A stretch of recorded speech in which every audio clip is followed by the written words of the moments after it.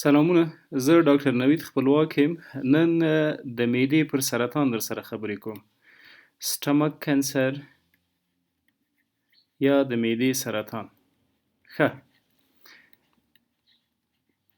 لکه د بدن هر بله سیمه او هر بل ارګان، معده هم پر سرطانونو مبتلا کیږي. د معدې په سرطان کې مهمه د معدې د سرطان پر وخت تشخیص ده. که چیرې موږ د معدې سرطان په وخت تشخیص کړی شو، نو کولی شو چې هغه مطلوبې معالجې ته ورسیږو. د مثال په توګه دا یوه سرطاني کتله ده یا مالګننټ مس.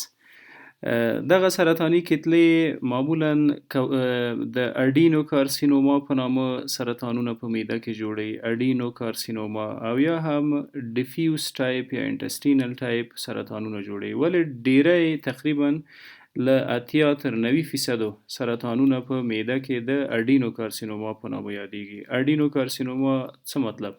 که چیرې موږ د معدې دا ساحه زوم کو، نو د اپیتیلیم په نامه حجرات پکې موجود دي. دغه د اپیتیلیم حجرات دي سمپل کوبایډل سلز،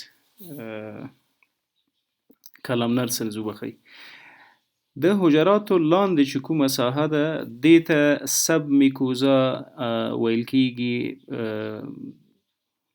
په میکوزا کې موږ اپیتیلیم لرو د ځان سره. په سب میکوزا کې ګلنډز یا غدوات موجود دي. د دغو غدواتو مخصوص وظایف دي، ترشحات کوي. ګستریک ګلنډز،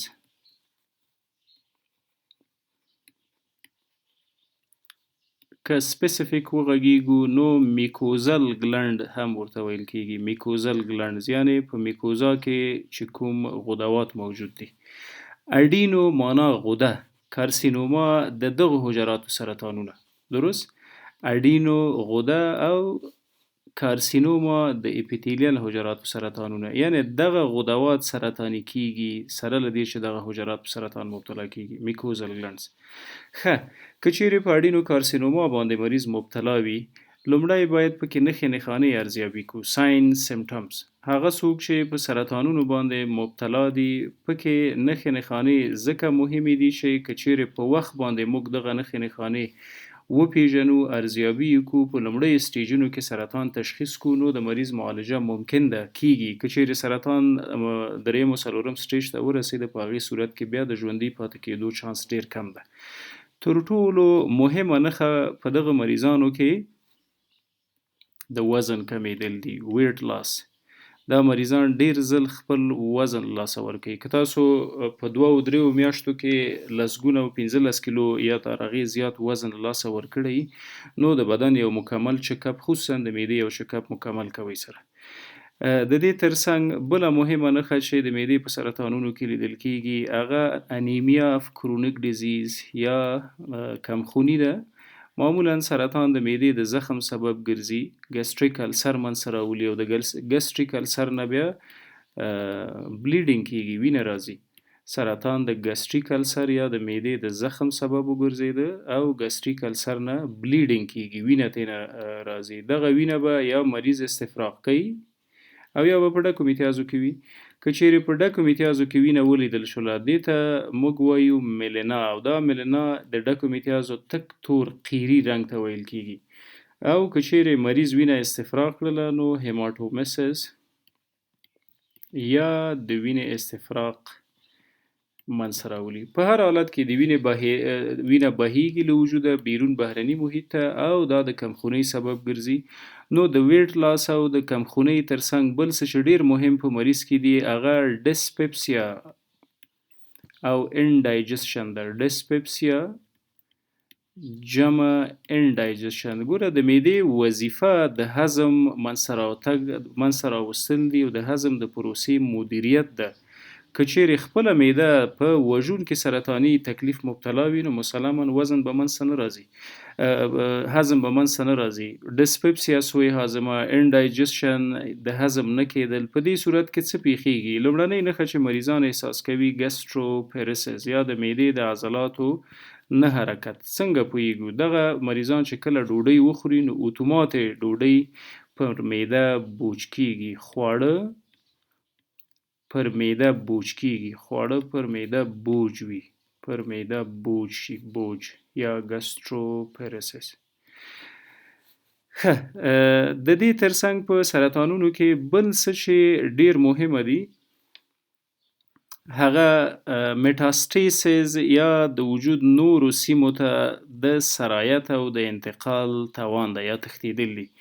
که چیرې میټاستاسیس منځته راغی نو معنا دا چې ټیومر په دویم او دریم سټیجونو کې ده. ټیومر یا دغه سرطان په ورو ورو د سټیج د جګیدو سره معالجه هم متزلزله کیږي او بالاخره د غلطو نتایجو سره مخ کیږي. که چیرې یو څوک په سرطان مبتلا وي تشخیص یې څنګه باید وکړو؟ تر ټولو مهمه له تشخیص وړاندې باید ولاړ شو علتونو ته. ایټیالوژي یا علتونه څه دي چې یو څوک په سرطان باندې مبتلا کیږي؟ ایټیالوژي اف کینسر. دوه ډوله علتونه په نښه کولی شو: جینیټکس یا ارثي او انوایرمنټل یا محیطي. انوایرمنټل یا محیطي یعنی ځینې د خطر فکتورونه موږ له خپلو والدینو په ارث اخیستي دي او ځینې د خطر فکتورونه په محیط کې موجود دي چې د خپلې تنبلۍ او ناراستۍ د وجې هغه نه برطرفه کوو بالاخره په سرطان مبتلا کوي. جینیټکس څه معنا؟ که چیرې په پلار او مور او په تیرو پرګنیو کې د معدې سرطان موجود وو نو په کورنیو کې دغه سرطانونه تکراریږي. که چیرې موږ هغه محیطي فکتورونه ورته له منځه ونیسو. کوم دي محیطي فکتورونه؟ یو د سموکینګ سیګریټ څکونه، د تنباکو څکونه د سرطانونو لپاره لومړنی څرک ده په وجود کې. همدارقم ګستریک السر یا د معدې زخم که چیرې موجود وي او موږ دا زخم معالجه نکو، تداوی نکو، نو بالاخره پر سرطان تبدیلیږي. دغه زخمونو علت څه ده؟ تقریبا 95% د معدې زخمونه د یو میکروب په واسطه منځته راځي چې هغه ته اچ پایلوري ویل کیږي. اچ پایلوري.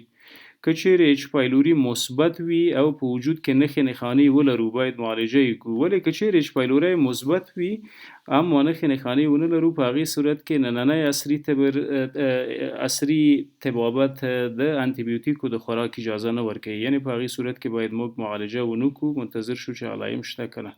ځکه په ټوله نړۍ کې تقریبا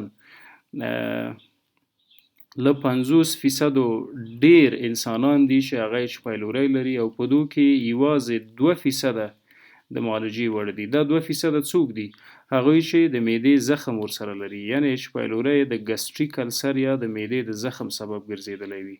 دغه ګستریک السر باید برطرفه کړو کنې د سرطان سبب ګرځي. په محیط کې ځینې نور سرغړونې چې هغه د سرطانونو سبب ګرځي هغه سیډنټري لایف سټایل ده. سیډنټري لایف سټایل څه ته وایي؟ سیډنټري لایف سټایل یعنی وخوره وسکه او سمله، نه ورزش پکې موجود وي او نه د فزیکي فعالیت کم څرک په دې وجودونو کې لیدل کیږي. همدا ده چې بالاخره ورو ورو د سرطانونو لپاره زمینه مساعد کوي. کرلینګ السرز د وخت په تیریدو د معدې د سرطان سبب ګرځي. کرلینګ السر څه معنا؟ یو څوک مثلا د خودکشي قصد لري، هغه تیزاب خوري.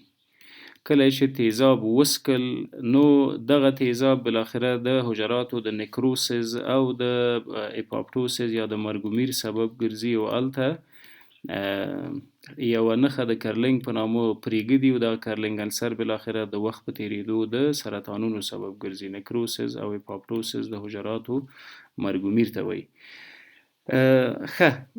راځو مستقیما تشخیص ته. که چیرې د خطر علایم موجود وي او ورسره په نښې نښانو کې هم سوی عازمه وي، د ډوډۍ بوج کېدل دي، د وزن د لاسه ورکول دي او همدا رقم د اشتها نشتون او مریض له ورایه ښکاري زیړ پیړ وضعیت وي، یعنی له رویته ښکاري چې دی په سرطان مبتلا ده. د تشخیص لپاره مهمه څه دي؟ ډایګنوسز څنګه باید وکړو؟ وښیي یو حرف کم شو. په هر حال د ډایګنوسز یا د تشخیص لپاره نن سبا ډېرې ښې طبي موډلټۍ او پرمختیاوې د طب په خدمت کې دي. انډاسکوپي کول ډیره مهمه ده. انډاسکوپ څه ته وایي؟ یوه کامره ده په یو پیپ کې وصل ده او دا باید د ډاکټر په واسطه په ډیره په ډیر ظرافت راشي او په ډیر ځیرکۍ معدې ته تر څو موږ معده پې باندې وګورو چې دا سرطان په کوم ځای کې ده، په کوم دیوال کې ده، سایز یې څونه ده، آیا وینه ترې بهیږي که نه. او بعد له هغې باید ترېنه بایوپسي سمپل واخلو، ټیشو سمپل یا بایوپسي باید ترېنه وکړو. بایوپسي څه ته وایي؟ ګورئ دغه یو سرطاني حجره ده، دغه یو سرطاني کتله ده، موږ راغلو د دې سرطاني کتلې نه مو سمپل یا بایوپسي واخیستله، درست؟ دغه بایوپسي به د بل ډاکټر په واسطه باندې مطالعه کوو چې هغه ته هیستوپیتالوژیست وایي او دوی ثابتوي چې آیا په دې کتله کې حجرات سرطاني دي که نه. بیناین او ملګننټ دوه سرطانونه دي، خوشخیم و بدخیم یا موزر و غیر موزر.